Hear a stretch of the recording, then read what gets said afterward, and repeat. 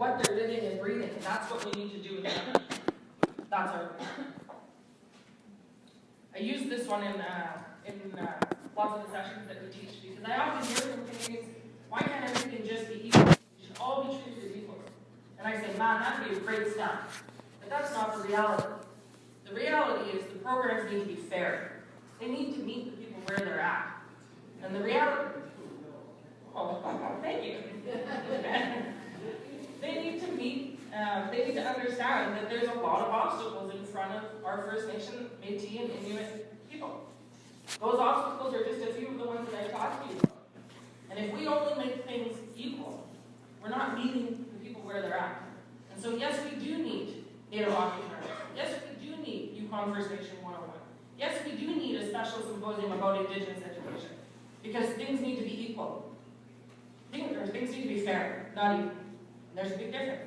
And that's the reality. So reconciliation.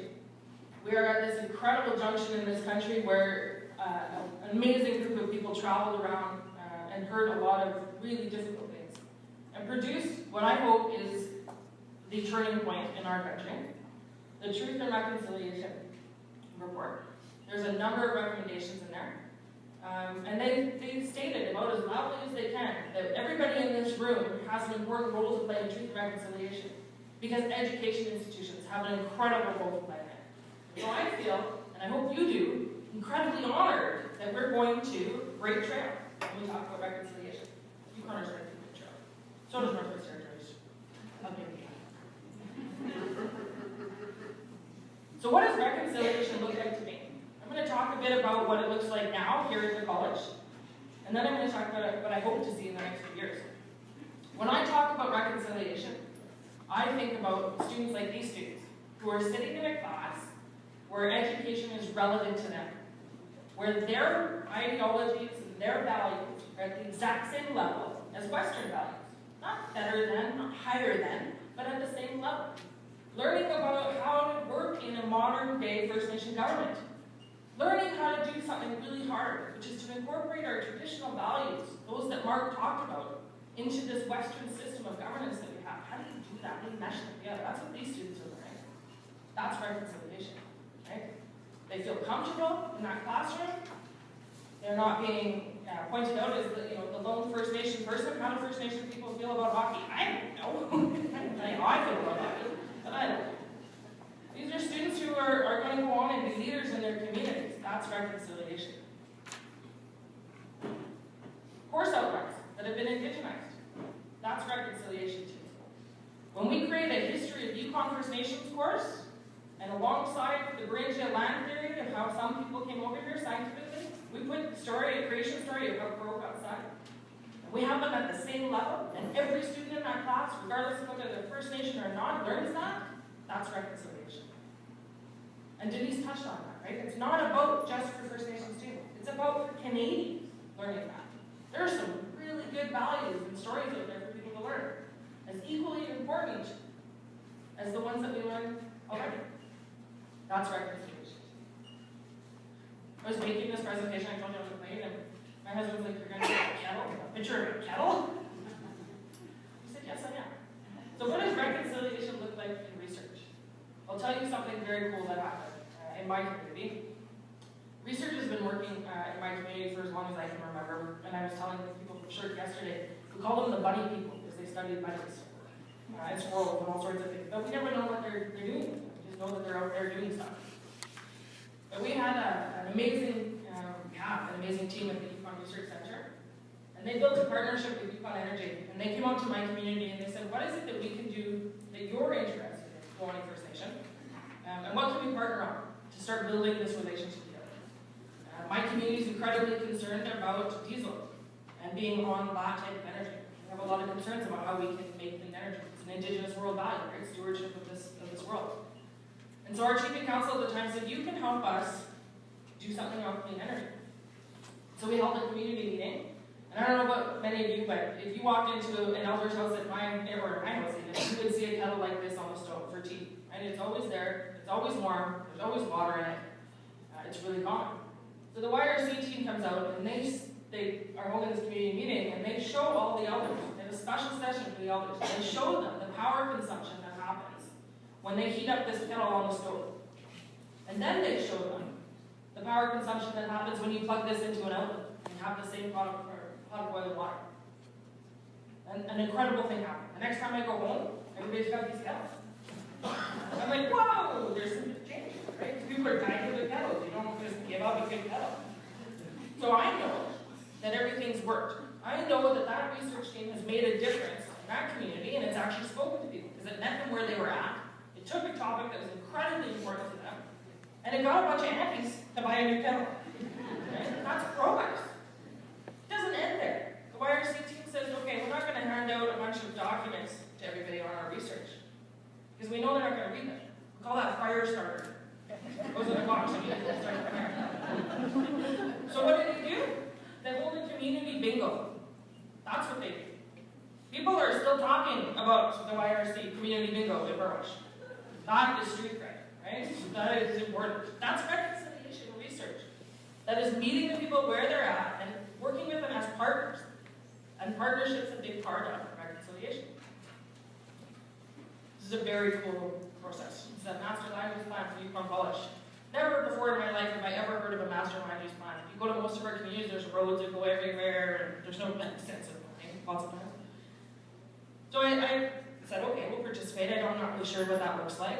One of the best experiences of my career, because it actually was a process built on reconciliation. What Indigenous values do we need to consider in this master land use plan? What is it that we want to be aware of not to do, right? What is it that we should be, thinking of while we design this future space for Yukon University? That was incredibly valuable to me as an Indigenous person. I will see myself in this campus. I see my kids in this campus, and I'm proud that they'll go there. That's reconciliation. I didn't like my idea for a Dairy Queen. I tried to be married. A little bitter about that, guys. The culinary arts students here, and the people who run the culinary arts program, did something so incredibly valuable to me this year that I wanted to share with you. This is a picture of traditional food that the culinary arts students have created and a traditional menu. They invited a bunch of Yukoners to come and share in this amazing meal in our bistro restaurant. So I sat at a table with 3 or 4 elders. There were about 15, 20 tables, full plates. And they started to bring the dishes out. And they were the fanciest First Nation food I've ever seen. I was like, holy mackerel. That is like, wow. And I had this sense of pride that my culture, my food, was important enough that these culinary students are going to practice it. And not only are they going to practice it, but they're going to share it with a room full of Yukoners, because that's how important it is. Right? I'm like, ooh, just up there with French food. Bone marrow, simple piece of bread and a salad. Every time an elder would take a bite, they would tell a story. An incredible experience for those other Yukoners that were sitting in the room. An incredible experience for me sitting in the room. And watching people eat things that we are really proud of. Fanciest bannock I've ever had. With like berries and stuff on it. It was great, right? That's reconciliation. The fact that the majority of those students in that culinary arts programs are Yukoners, many of them are First Nations. I can only imagine what that felt like for those students to tackle this as First Nation students and have their fellow classmates say, wow, your food is great. It's important. It's highlighted. That's reconciliation. Yukon First Nation 101. We've heard lots of people talk about it. We're incredibly proud of it. It was built with all 14 Yukon First Nations. Those of you that came to my table last night would hear me say this, but you know how hard it is to get 14 aunties to agree on something? 14 First Nations agreed on this. Incredibly challenging, but so rewarding. If we're really going to walk down that road of reconciliation, in my opinion, we need to first be aware and understand and be empathetic towards what happened. We cannot reconcile from something we don't understand that happened. And people will continue to tell me, it's time to move on, it's time to move on. But I still have students in my class that have never heard of a residential school. I still have students in my class who are shocked and dismayed that we have a piece of legislation called the Indian Act that affects First Nation people. My students are shocked that in 2011 was the first time that I could legally have a will in this country without the fear of a Minister of Aboriginal Affairs taking over what I hope will be some sort of empire. They're shocked by those things, right? We need these courses. And we need post-secondary education institutions to work with their First Nations to put it out there. It's fine to have an Indigenous Studies course, but please, please make sure your Indigenous groups help you build it. This is what they want everybody to know, right? I think everybody should take a KFN 101, but no. Not yet, anyway. Open dialogue. The single most important thing I feel like I do at Yukon College is create a safe space for conversations to happen. So that people can come into my office and say, what is reconciliation, without the fear of me saying, you crazy white person, sit down, right? I'm not going to do that. I haven't done that in the 8 years I've been here, and I will never do that. We need open dialogue. We need to have the conversations that our mayor was talking about. Who can he go to when he wants to know what reconciliation looks like in the city of Whitehorse? Who can all of you go to in your institutions? In addition to that, we need to bring up the experts to talk about what Elder Mark White said today. What is decolonizing? What does that look like? What are we doing and where are we doing it well? Universities and colleges, polytechnics have an opportunity to create a safe space because you're neutral. You're academia, right? We are academia. And you don't carry the baggage that governments carry. So it's a safe place. Right off the start, it's a safe place, right? We need to take advantage of that. So I encourage you, bring the provocative speakers in there. Have some open dialogue about that. Make sure that your staff have people that they can go to ask those tough questions. Because those are the learning moments. Partnership. When people ask me, good job there. When people ask me about the most important part of reconciliation, my answer is partnership. Work with your Indigenous groups as partners, not as stakeholders, but as partners. That's what we need to do on every level. Let them decide with you what programs are going to be run. Let them decide all of those things that are so important to us. And amazing things will happen. This is reconciliation. This very cool thing is happening on social media. I don't know, some of my colleagues that work in Indigenous educational funders may have seen it. And I think I talked about it at the first CiCan Indigenous Education Conference. I'm starting to see funders on Facebook saying, hey, have you heard of this CiCan protocol? Do you know what schools have signed on to that? That's where we want to start sending our students. Social media is great. This is reconciliation. This is an aspirational document that I'm incredibly proud to be part of because it was out, we were doing this work before somebody said we should start doing it. So what does reconciliation look like in the future? We're going to push this. That stuff's happening now. What are we going to do to move forward? How are we going to move that on? Well, to me, when we're in a good place, sponging will happen in every part of the campus, and security won't come running down and asking who's smoking a joint. Right? That's reconciliation. Because it will just be the norm that it happens. And everybody who wants to benefit from it or participate in it will be able to do it. Culinary arts students will study Indigenous food just like they study Italian cuisine and French cuisine. It will become the norm. Indigenous research methods will be implanted into the research that we do. It will not be the exception, it will be a complement. And people will know what it is. Great meeting with Shirk the other day. Talked about some amazing potential. You know, what role do these governing councils have in reconciliation? Decolonization, this big word. It'll happen everywhere. It'll be everybody's job, not just the Department of First Nation Initiatives. It'll be everybody's job. And it'll happen all over the institutions.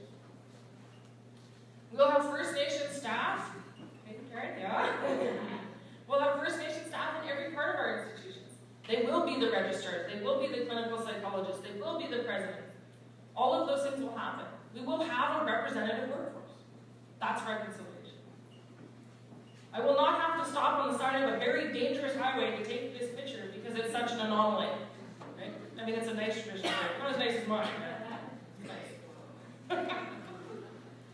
But the fact that their language is on this sign is so cool to me. Right? That is amazing. That should be the norm. That's reconciliation. I hope to see that in a year or two. And if we think really, really big, we don't have an idea. We're teaching our students to question why we have this piece of legislation. It's not going to be First Nation governments that get rid of the Indian Act. We've been asking for that for 100 years.